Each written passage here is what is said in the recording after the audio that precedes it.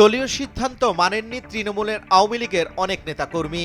প্রথম ধাপে উপজেলা পরিষদ নির্বাচনে আওয়ামী লীগের সভাপতি প্রধানমন্ত্রী শেখ হাসিনার কঠোর নির্দেশনার পরও ভোটের মাঠ থেকে সরেননি স্থানীয় এমপি মন্ত্রীর পরিবারের সদস্য ও স্বজনরা।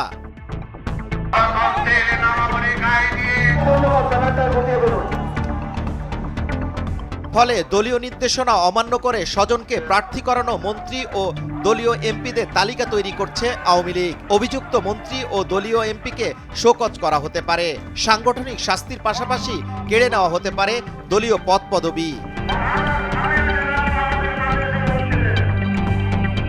আওয়ামী লীগের মন্ত্রী ও সংসদ সদস্যদের সন্তান, পরিবারের সদস্য, নিকটাত্মীয় ও নিজস্ব লোকজন উপজেলা নির্বাচনে অংশ নিতে পারবেন না বলে সিদ্ধান্ত নিয়েছে দলটি।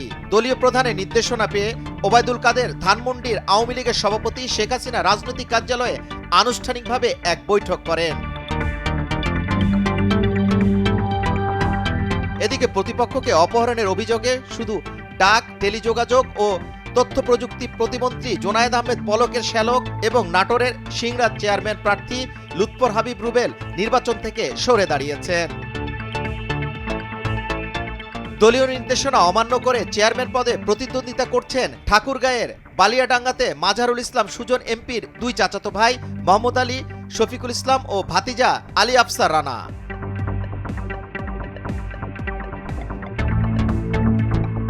নীলফামারী ডিমরায় আত্মাবতীন সরকার এমপির চাচাতো ভাই আনোয়ারুল হক সরকার ও ভাতিজা ফেরদৌস পারভেজ, বগুড়ার সাতকানিয়াতে শাহাদারা মান্নান এমপির ছেলে শাকাওত হোসেন সজল, সোনাতলায় এমপির ভাই মিজানুর রহমান লিটন রয়েছে এই তালিকায়। এছাড়া তালিকায় আরও নাম রয়েছে এমপি মন্ত্রীর স্বজনদের।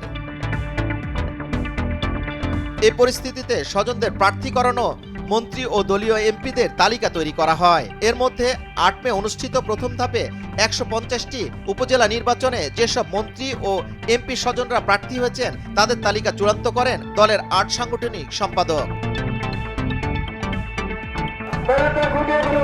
২০১৯ সালে দলীয় প্রতীকে উপজেলা ভোটে বিদ্রোহী প্রার্থী হন অনেকে।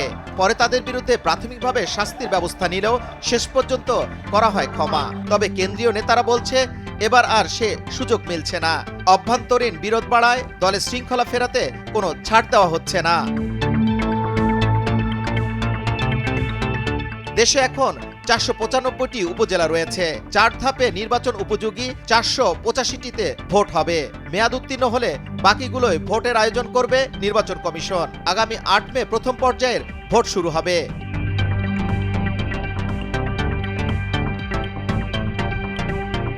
যুবরাজ ফয়সাল, নিউজ ডেস্ক, ভোরের কাগজ।